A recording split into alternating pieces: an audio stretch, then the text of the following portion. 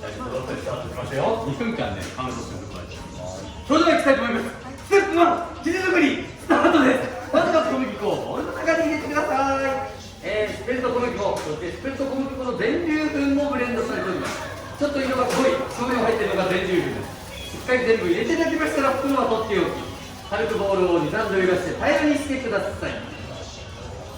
はい、そうでございます。では、淡水のカップを手にしていただき、そしてラップがついてます。外していただき、入れるタイミング一緒にいきます。そうですね、あんまりこれだと匂いしないかもしれないです。では、いきます。レディー、セット、ゴー、淡水入れてください。たらー。そしてミキサースタートです。2分間スタートしました。指は開いて立てたまま、握っちゃダメよ。円の動きで水分を散らしてください。指先がボウルに接している状態です。シャンプー、お米を研ぐ、私のマウスの動きに似ているわ。指を開いてシャカシャカシャカ、片手でもいい、両手でもいい、とにかくここで水分を散らしてください。ここで水分を散らすことで、この後のまとまりやすさ、そして最終的には表面の滑らかさ、生地の強さ、麺の走りもつながってきます。2分間頑張っていただきたいと思います。ここがすごく重要です。シャカシャカシャカシャカ、いいですね。とてもいいですよ。とてもいいです。いいです、いいです、いいですよ。シャカシャカシャカシャカね、ボールの側面についてやったやつね、こう削り取っちゃうとロスになりました。さあ、これであと大体1分でございます。1分。ちょっとこう違う動きを入れようってなったら、こういうのもいいですね。ファサファサみたいなのも入れるといいと思います。とにかく水分を散らすイメージ。あと色もですね、ちょっとずつ変わってきたかと思います。刺激をするですね、淡水の刺激でこの色も出ております。さあ頑張ってください。とにかくここが重要です。すごく重要。あと40秒でございます。すごくいいです。すごくいいですよ。シャカシャカラーメン愛が出ております。素晴らしい。シャカシャカシャカシャカいってください。この頑張りは決してあなたを裏切らない。これが水回しでございます。残り30秒切りました。とにかく散らしてください。このですね、この時間がこの後のグルテンの形成をすごく占う重要な時間となっております。さあ、これであと10秒切りました。8、7、6、5、4、3、2、1。お疲れ様です。2分間頑張りました。素晴らしい。そうしましたら指先ついたやつをですね、手袋の抜けない程度に軽く落としていただきましたら、今度はボールの中央にこの山を作る感じ、寄せ圧でそれを押しつぶし、平らなものを作りましょう。もうここからもうお客様それぞれのペースでいってください。まずは山を作る、そしてその後押しつぶして平らにします。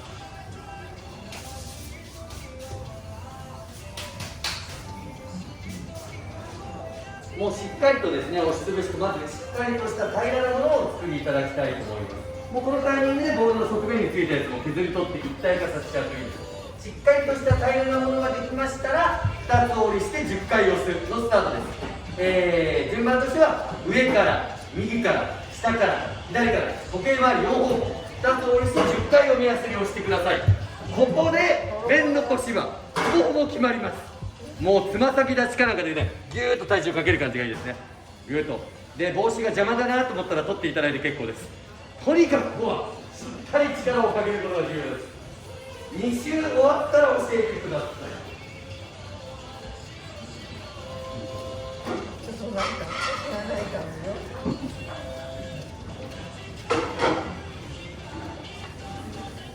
体重的には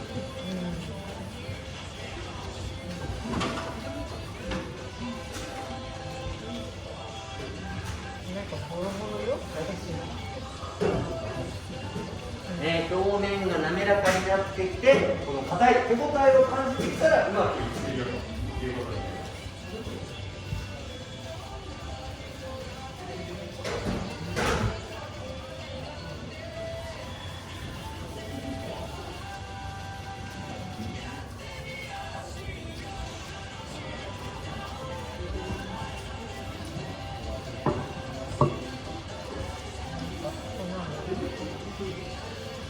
上、右、下、左、時計回りの方向。実際のお店はこの縦で畳むときと横で畳むときが交互に来るっていうのがポイントになります。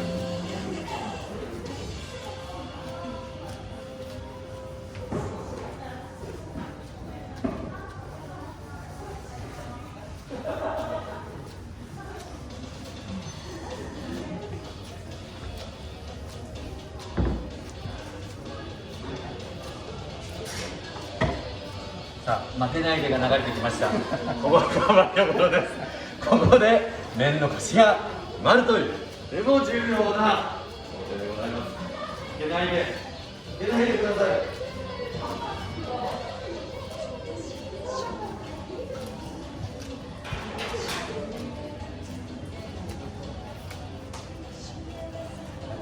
何周したか分かんないですけど。そうですね、2周終わったら教えてください。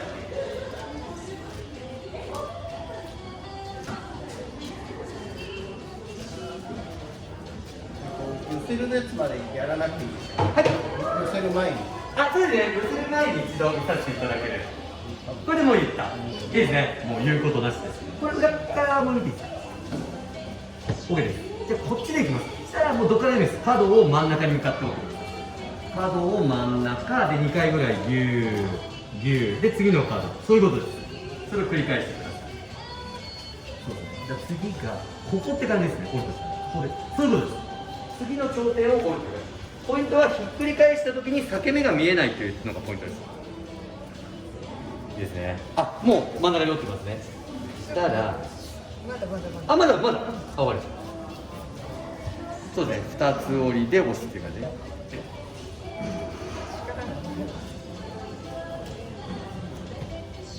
全部の角真ん中を折ったらひっくり返して丸い形に整えます。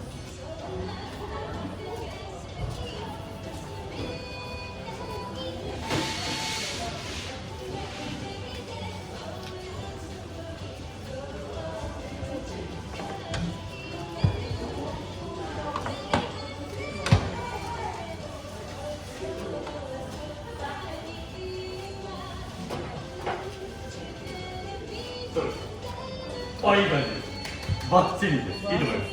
ね、ちょっとカメラにチラーなんて映してからビニール袋を入れていいと思います。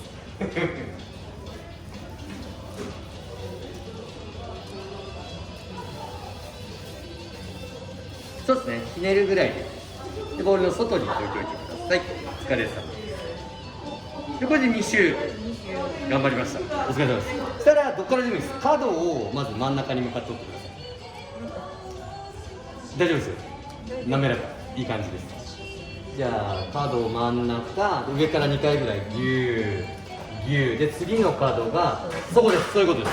それを1周やってください。でもうちょい真ん中に折った方がいいと。そう本当に中央に折る。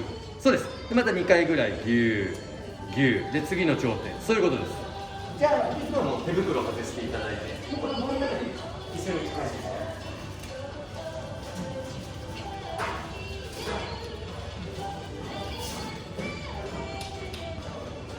そうね、最後の方がきつくなるはずです。頑張ってください。ギューギューとね、もう頑張った成果、それが面の腰でございます。頑張ってください。ギューギュー、最後はひっくり返してこうメロンパン、あんまん、そんな感じになるようにするわけですね。でひっくり返したで上から一回平らにしましょうか。平らに、あ、ほんと硬そうですね。でなるべく上から見てまん丸に整えてください。出っ張ってるところを内に押す感じ、ここ重要です。これ丸くするのはこの後伸ばした時、竹で伸ばす時にこの上から見た形に沿って伸びていく。まあ丸い方が綺麗に伸びるよという感じですね。だから大量に作るお店だとまあ四角い感じで多分やると思います。実際はここではまあ丸の方が綺麗。あ、いいじゃないですか。いいと思いますよ。とてもいいと思います。じゃあカメラにチラなんて見せてから、はい、カメラで、じゃあビニール袋を入れていただいて、これでステップ1終了でございます。お疲れ様でございます。じゃあ手袋は脱いでもうボールの中に入れちゃってください。あ、こっちでいいです。一緒に持ってっちゃいます。じゃあこの生地をですね寝かせてる時間を使いまして、ちょっと青竹打ちですね、ちょっと手順をちょっと見ていただこうと思います。じゃあこれもらって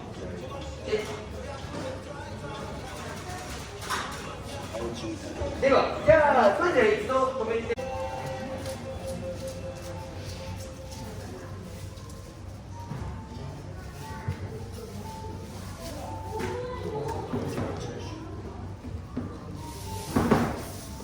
特に自分に近い側に生地が来ることが多いので、手前側には打ち込まれるようにしてくださ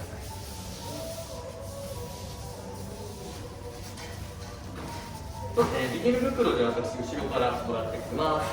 はい、それで大体原稿2個ぐらいあたり、ご自身から15センチあたり、そしてそれですで生地の上にも歯垢をかけてなでなでなでしたらスタートです。もうここからはもう自分のペースでいってください。基本の動きとしては真ん中から右、真ん中から左ということになります。最初はまあゆっくりやると、いいと思います。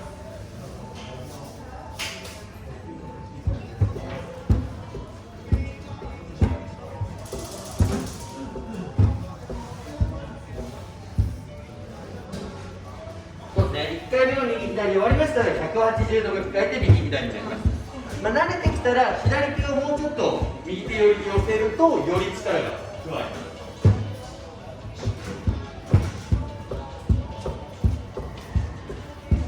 1回目、2回目までは横長で、3回目、4回目が縦長になる。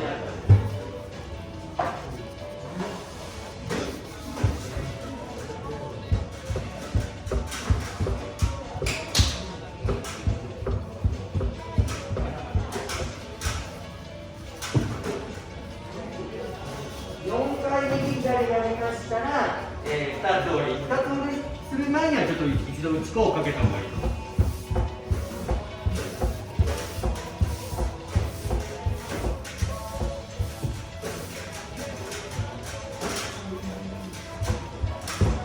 そうですね、下にギューってやってる時間をまあ長くカウントした方がちょっと伸びる効果的かもしれない。スピードよりもそうですね、今のところ綺麗にいい感じ。そうまあ次からでいいです。今のところ同じテンポでいったんで綺麗に伸びてますので。じゃあ生地の右側にまた竹を置いてですね、もう一回手を離してみましょう。で打ち粉を軽くかけてから上に向かって2つ折り、すごく綺麗にいってますね。折る、そうです。でまたちょいご自身に近づけていただいて、もし仕掛けやろうって言ったらここからねまあね、1回やったら多分戻れないと思います。もう全然変わりますんで、伸びる。そうですね、4回右左やったら打ち粉かけてから上に向かって2つ折りです。目標は40センチ ×40 センチでございます。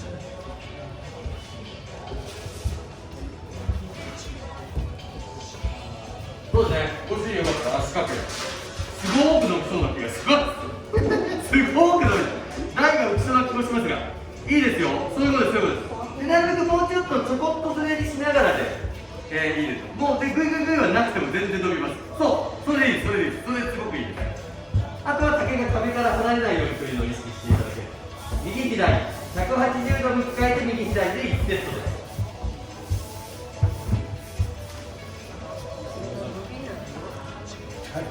そうですね。こちらのは左手をここにしてみてください。それとだいぶ変わります。でギューで下に押している時間も今1ぐらいじゃないですか。それを12ぐらい。そうすると効果的です。でなるべく竹は自分から見てまっすぐ平行に。そう今竹かなり斜めになってきたよ。そうすると生地がこれ落とさないように気をつけてください。そう生地の向きがねちょっと変わっちゃうんです。いいですよ、でも順調です。このドラえもんのポケットで右左やりましたら開きます。そうです。右左180度右左で1セット開く。いいですね、順調です。でそうです、90度向き変えてちょっと全体を近くかけましょうかね。なで今度は手前から上に向かって大体5センチ幅ぐらいで折りたたんでください。巻くではなく折りたたむっていうのがポイントです。いいですよ、すごい綺麗にいってますから。均等に力かかってます。これで開きます。すごく綺麗で平らにする、90度向き変える。そうです。でちょっと内小旗軽く全体にかけましょうかね。で手前から上に向かってだいたい5センチ幅ぐらいに丁寧に折りたたんでください。こうブリトーみたいな感じで5センチ幅ぐらい。ここからはもうここからはそれでいきます。これでより伸びるようになります。さあ目標は40センチ ×40 センチです。いいです、そういうことですね。いいです。ちょこっとずれていく、ですね。あんまり同じところでグリグリやらない方がいい。こうくっついちゃう可能性がある。ギューでもすぐ隣、ギューすぐ隣。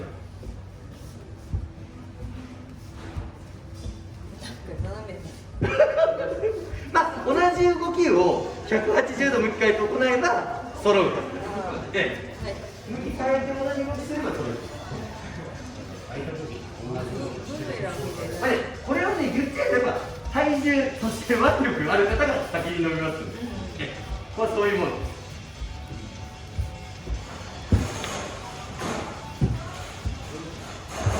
いや、こうもう自分との戦いのことです。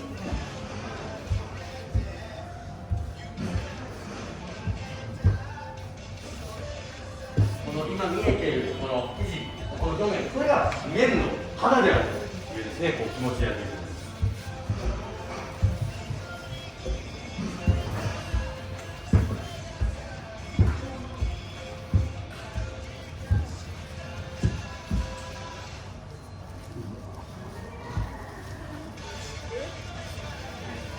そうですね、開いて、ちょっと一回測りますかね。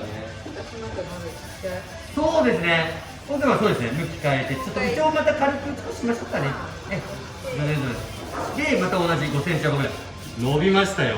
もう38ですね。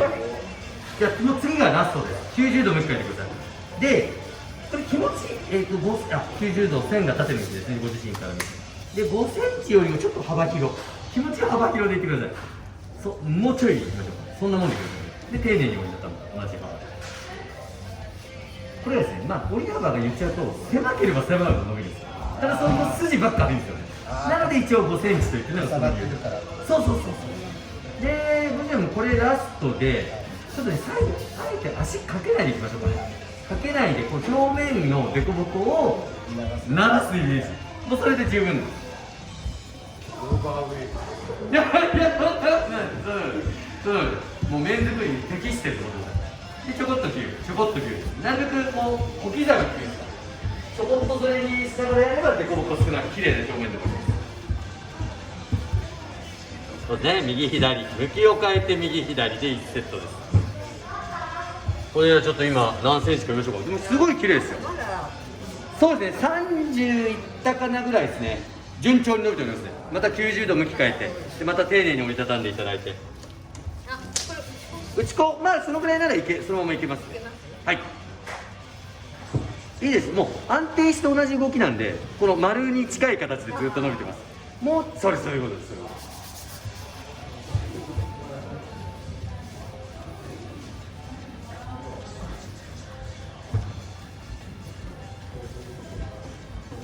これ初めてなんですよね。じゃあすごい上手です。お店2食分のお店すごい綺麗ですよ。これちなみにそのスピード的にもいいし、綺麗さもいい。これで開いていただいて、あとはこの奥様の応援って感じ。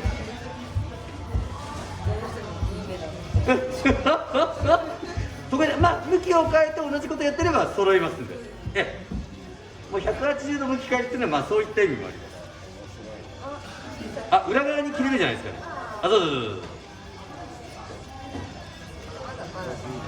そうですね。次がラストかな。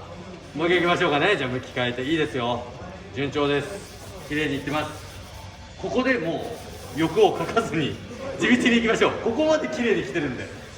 最後にそう急に違うことやってね。そういうことやらないから。もうでも上手。これはまあ目標サイズとすごくいいサイズ。そうですね。いいですね。左手の位置も良くなりました。いいです。指導分かりました。その通りです。だからこうなっちゃう。ここをずらしながら。難しいね。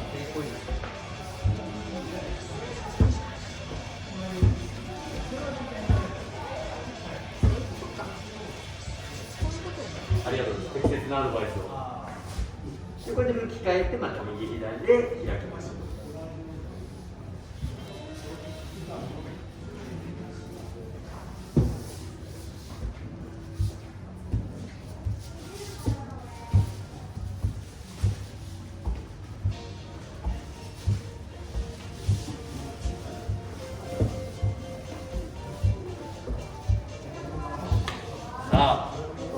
そうですね、もう一往復切っておきましょうか。それで開いてちょっとサイズを見たいと思います。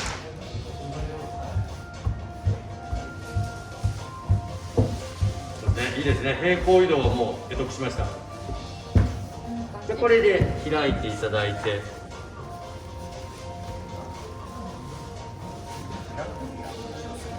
破れそうな。いい感じですよ。すごくいいですよ。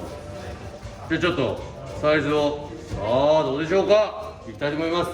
これで今38でしょうか。38。次がラストでございます。最後締めくくり90度向き変えていただいて、もう同じやり方で最後までいきましょ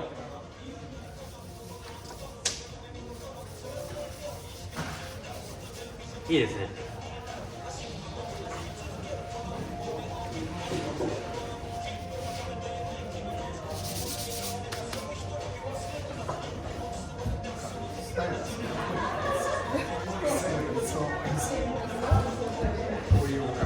急がなくていいですからね。しっかり力かけた方がいいですよ。そうそう、もうこれで最後になると思います。しっかり力かければ。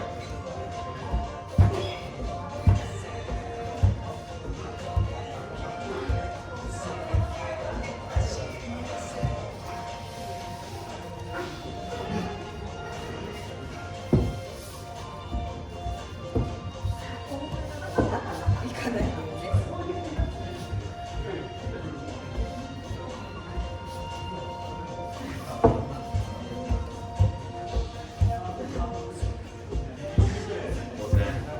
そうですね。もう一回やってみましょう。もう一回やってみましょう。これでラスト。ね、表面きれい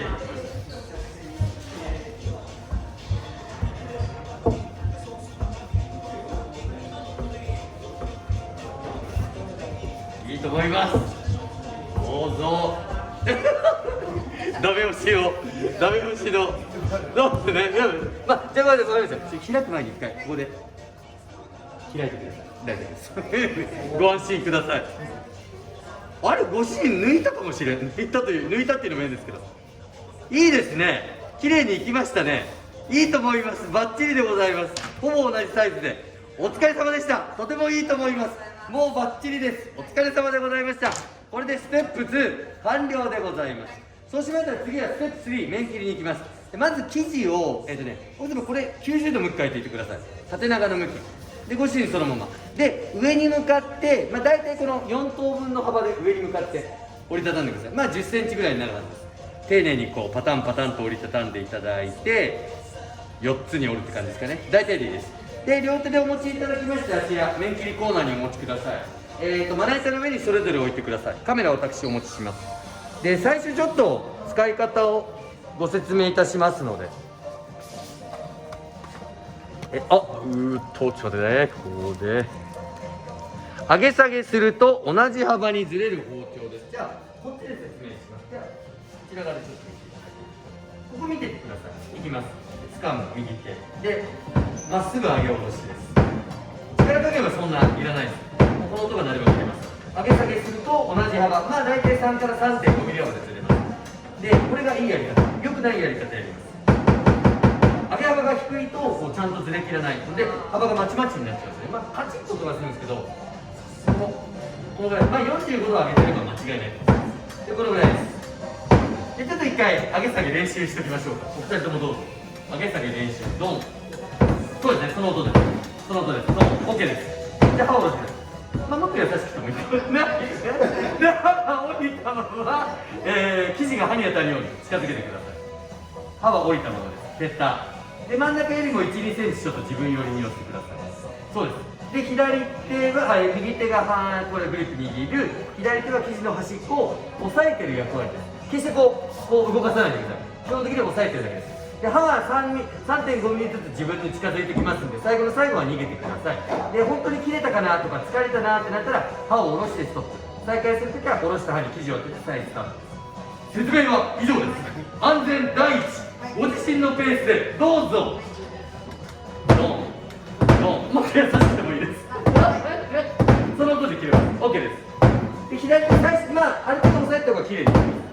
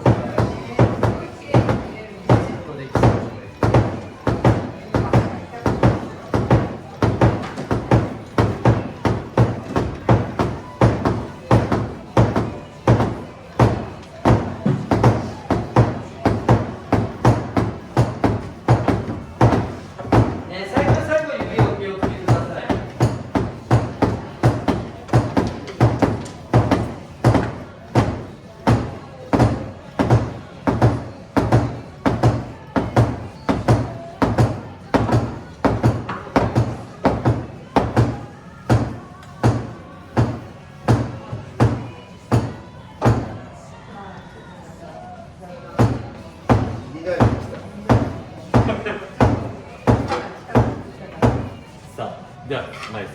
あ、いいですね、完璧。ね、最後の最後気をつけてまあゆっくりであげるし、近づけるときは、まあ、歯が降りてる時に寄せると安全って感じ。まあでもうまくいったじゃないですか。気をつけてね。お疲れ様でございました。じゃあ歯はお疲れ様でした。そしたらですね、ステップ3終了。右左から面を作ってお皿に乗せて元の場所に戻ります。いいですね。麺になりました。これでステップ3麺切り終了でございます。お疲れ様でございます。じゃあ最後、一番重要というのです。麺をほぐすのいきましょう。落とさないように気をつけて元の場所にお戻りいただきまして、で麺をですね、お皿から下ろしてください。麺をお皿から下ろす。でお皿は上からにしてはかりの上に乗せる。ではかりの右側ボタンを押して0にするですね。そこまでできたら麺をこうちょっと横に平らにする感じ。目の前にあるこうパネルのね、左側の写真みたい、ちょっと横に平らにしてからこう、まあ、右からでもいい左からでもいい、この麺を持ち上げてパラパラパラ、麺を持ち上げてパラパラパラをやってください。一度ほぐしてからやるのがポイント。くっついてるとこあったらちゃんと裂いておくがここの重要です。でもし打ち粉ちょっと足らないかもってところは打ち粉足しといてください。でまあ全部総量を測って割る2にしてもいいし、まあ、大体1食 150g ぐらいになるはずです。でこのビニール袋に1食ずつ入れていただいて、最後このナルトマークのバッグに入れていただくといった流れです。いいですね。やっぱり違いはありそうですね。この食べ比べが楽しみ。そう、150にすると上等派にしちゃう。もしあれだったらまあ 100g で3つに分けていただいても結構です。大体トータル、300g の麺ができたことになります。3つにします。そしたらこれを持っていただくと、じゃあそれぞれのサービスいたします。いやいや、そうなんだ。じゃあこれそれぞれに、ね、1ずつ入れて、でお客様もじゃあもう1個この袋ご利用ください。じゃあ1個ずつお願いします。まあ家の丼だったらまあ確かに 100g でちょうどいいかもしれない。150g はまあお店だと普通のサイズです。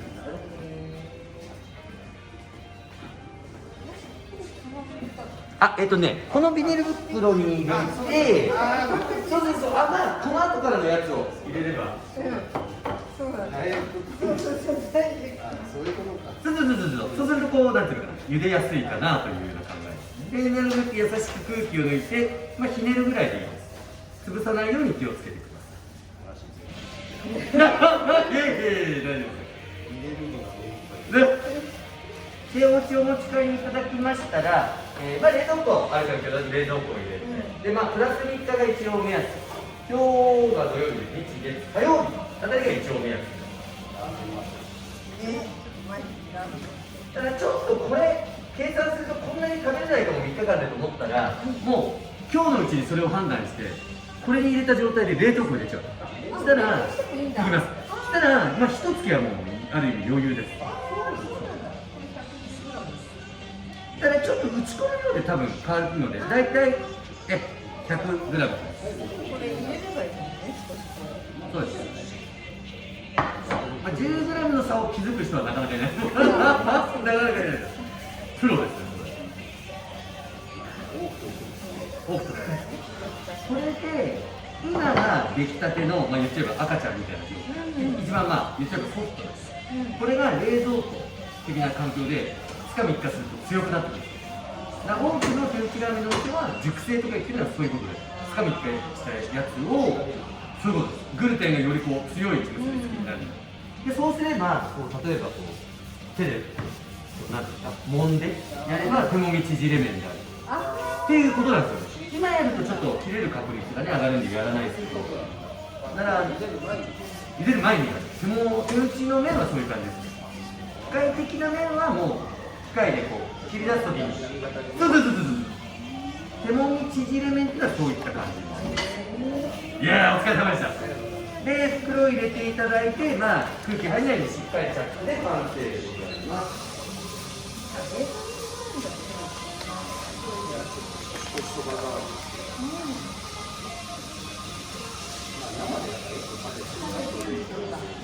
あ、それがいいと思う。違いが結構明確だと思います。1日目と3日目なんですからね。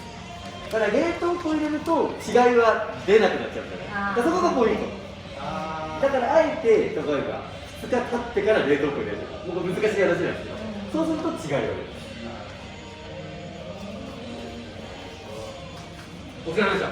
手袋、写真撮りませんか？最後のできたよという激闘1時間のやつまさに頑張りました。本当にキャスト1時間。